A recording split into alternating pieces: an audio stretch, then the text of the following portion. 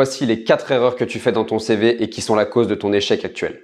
La première erreur, ça concerne la photo. Alors, c'est de ne pas en avoir, ou alors si tu en as une, c'est de ne pas la soigner, de ne pas être professionnel, de ne pas avoir de sourire. Ça, c'est une grosse erreur, tout simplement parce qu'on peut dire ce qu'on veut sur la photo.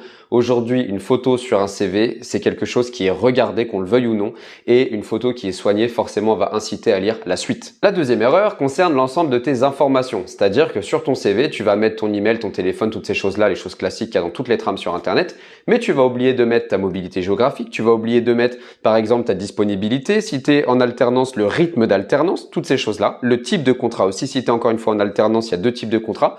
Donc ça, c'est une erreur aussi énorme. La troisième erreur, c'est de ne pas mettre ce que tu recherches. Énormément de candidats marquent CV sur le CV, mais ne disent même pas ce qu'ils recherchent comme poste. Comment veux-tu que le recruteur comprenne ta démarche ? Et la quatrième erreur qui est aussi très critique, c'est le fait de ne pas mettre de données chiffrées dans son CV. Par exemple, au lieu de mettre prospection tout simplement, autant mettre